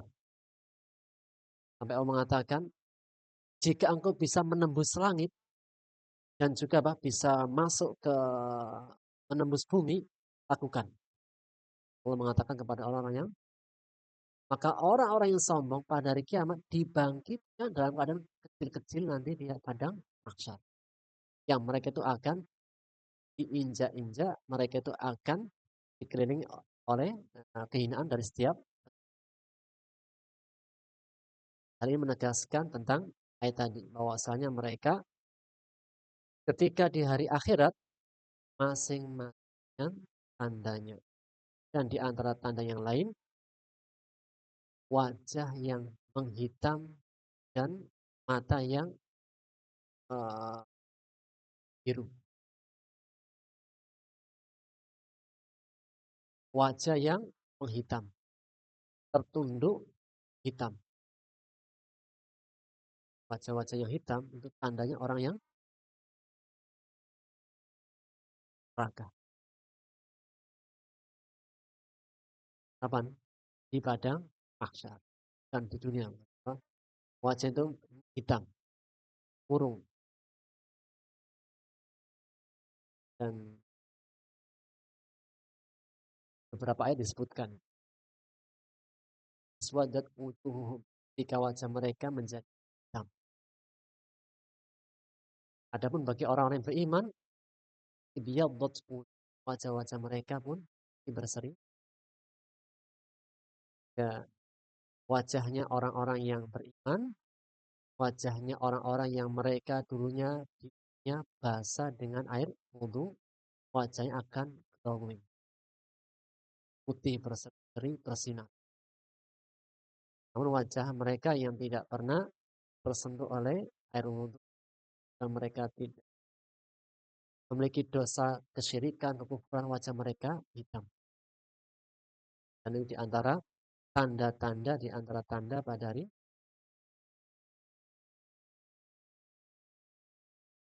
Fabi ayyi ala'i rabbika tukadzib.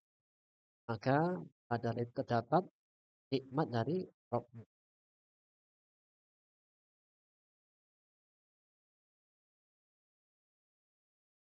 Baik, terfaedah yang bisa kita ambil, dikirimkannya nyala api dan cairan tembaga yang panas yang meliputi kalian berdua, sehingga kalian tidak dapat menolong diri sendiri dan tidak dapat ditolong oleh yang lainnya, sebagai peringatan yang menakutkan agar kalian takut hingga terdorong untuk berbuat kebaikan dan menjauhi perbuatan dosa.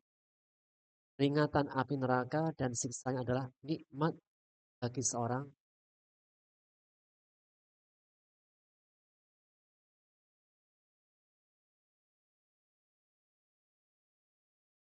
Disebutkan neraka pun disebutkan surga.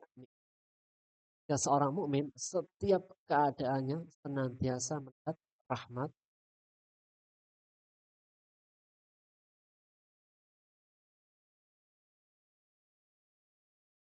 Kalau kita perhatikan ya, dalam isi kehidupan kita, setiap keadaan kita bisa melihat nikmat. Kalau seseorang dikasih sakit, bisa melihat sisi rahmat Allah. Apa coba? Dengan sakit bisa istirahat. Kalau enggak dikasih, larinya jauh lagi nih. Jalan saya terlalu jauh lagi. Diampuni dosa-dosa. Sakit, ya, alhamdulillah. Ya. Ada yang sakit apa? Bisa menjadi penghapus. Apakah setiap orang yang sakit bisa mengambil hikmahnya? Belum tentu. Kadang apa? Ketika sakit, yang lainnya sehat, dia apa? Dia kecewa dengan keputusan dari Allah. Bagi seorang mukmin, apapun keadaannya, kita melihat sisi lagi. Sabar, rahmat, sabar. Bisa melatih kesabaran. Dan pahala yang tidak ada hitungannya, pahala siapa? Sabar. Allah berfirman, innama yuwaffas sabiruna ajrahum bighairi hisab.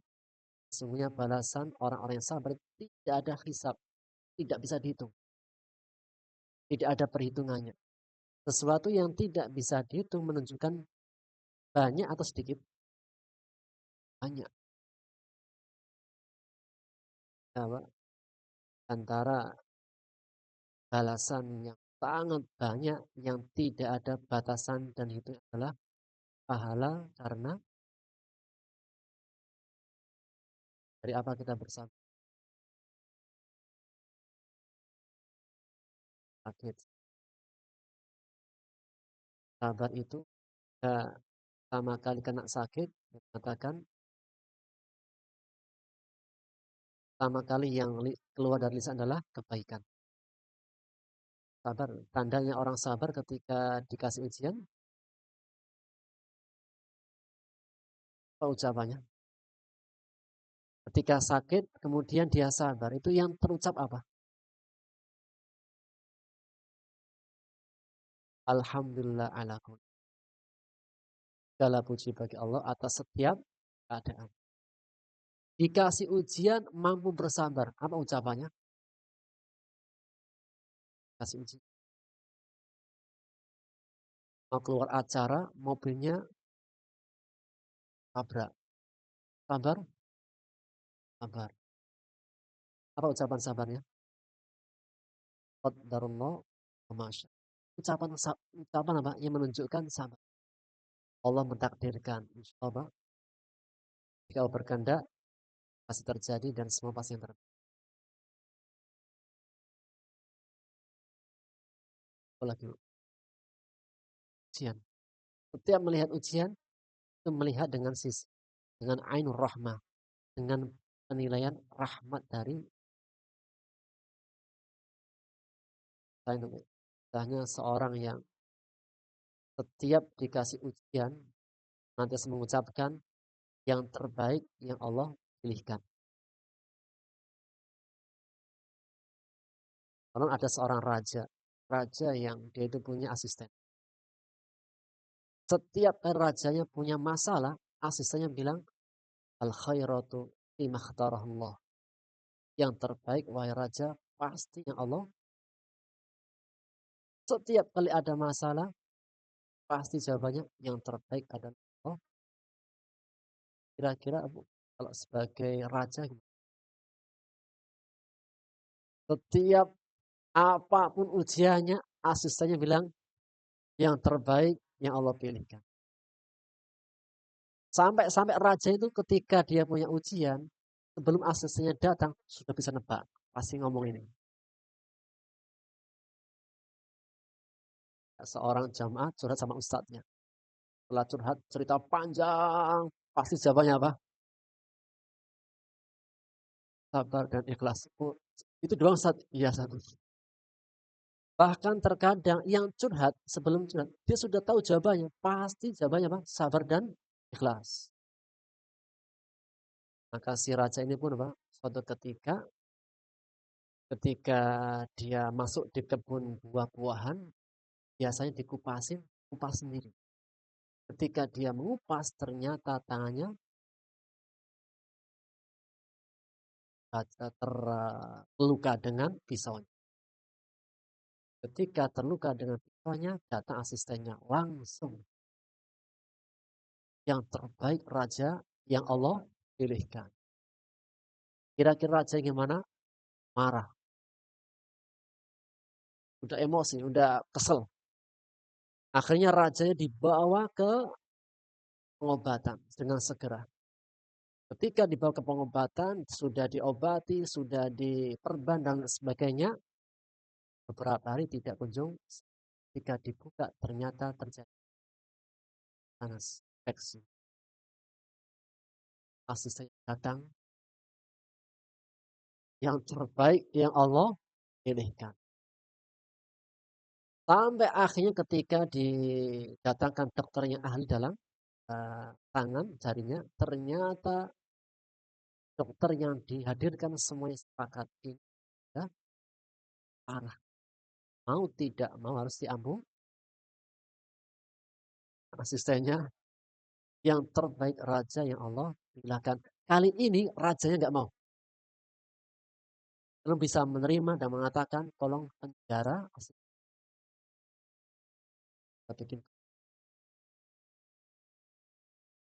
Tetap jawaban apa sih? Dan yang terbaik yang Allah pilihkan wahai. Akhirnya apa? Tinggal cerita tangan raja di jarinya hilang. Waktu berjalan tahun demi tahun, akhirnya raja sembuh dan jarinya tinggal 4. Raja itu punya kebiasaan. Apa kebiasaannya? Berburu di tengah hutan. Suatu ketika dia berburu dengan semua asistennya kecuali yang di darah. Dan setiap kali rajanya itu berburu, pasti apa? Yang senantiasa mendampingi asisten yang di penjara. Karena dia yang paling pintar berburu. Dari semua asisten yang ada, yang pandai berburu adalah asisten yang di penjara. Namun kali ini tidak di penjara. Ternyata ketika raja asik dengan tuannya, beliau sudah melampaui batas-batasan hutan. Akhirnya beliau masuk ke hutan dan ditangkap oleh orang-orang yang tinggal di dalam orang suku pedalaman. Suku pedalaman ketika mendapati orang asing masuk ke wilayahnya, langsung mereka apa? Menangkap. Dan ketika sudah ditangkap, maka harus akan kepada dewanya. Mana caranya? Dia harus dipersembahkan. Ya Bang, diadakan upacara demi sampai yang terakhir itu apa? Penyembelih. Nah, mau dipersembahkan kepada ketika mau dibunuh persembahkan dewa, nyata salah satu sukunya melihat tangannya buntung. Berarti apa? Nah, ini apa? Ini tidak bisa. Kenapa? Dewa itu tidak menerima persembahan yang ada cacatnya. Akhirnya tidak jadi. Ketika tidak jadi, ini apa? Justru si raja itu langsung menangis. Kenapa nggak jadi? Nggak jadi. Kenapa? Cacat. Besok apa? Balik saja, kembali lagi. Ketika dia dilepaskan dan dia kembali, dia terngiang-ngiang dengan nasihatnya siapa? Asistennya. Yang terbaik yang Allah pilihkan. Maka dia tuh lari segera menuju istananya mencari-cari asisten yang dia mau terima kasih kepada asistennya yang sudah memberikan pesan yang terbaik yang Allah.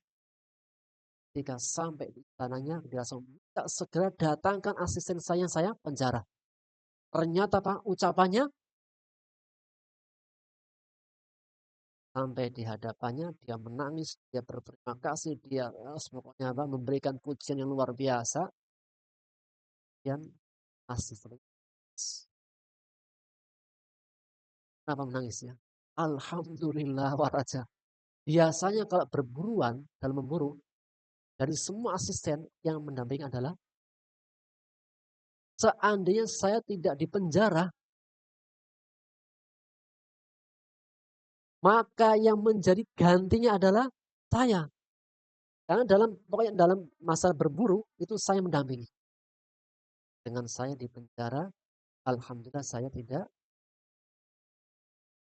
masuk dalam persembahan itu. Kenapa? Yang terbaik. Oh, ya orang mukmin setiap keadaannya senantiasa bisa melihat apapun yang terjadi, yang terbaik Allah. Allah. Karena waktunya habis,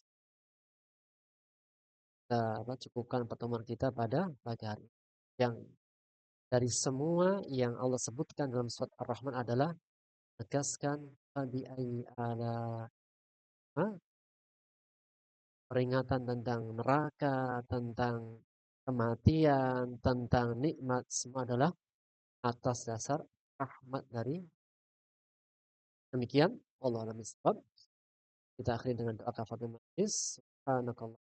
Tiga, la ilaha illallah. Baik.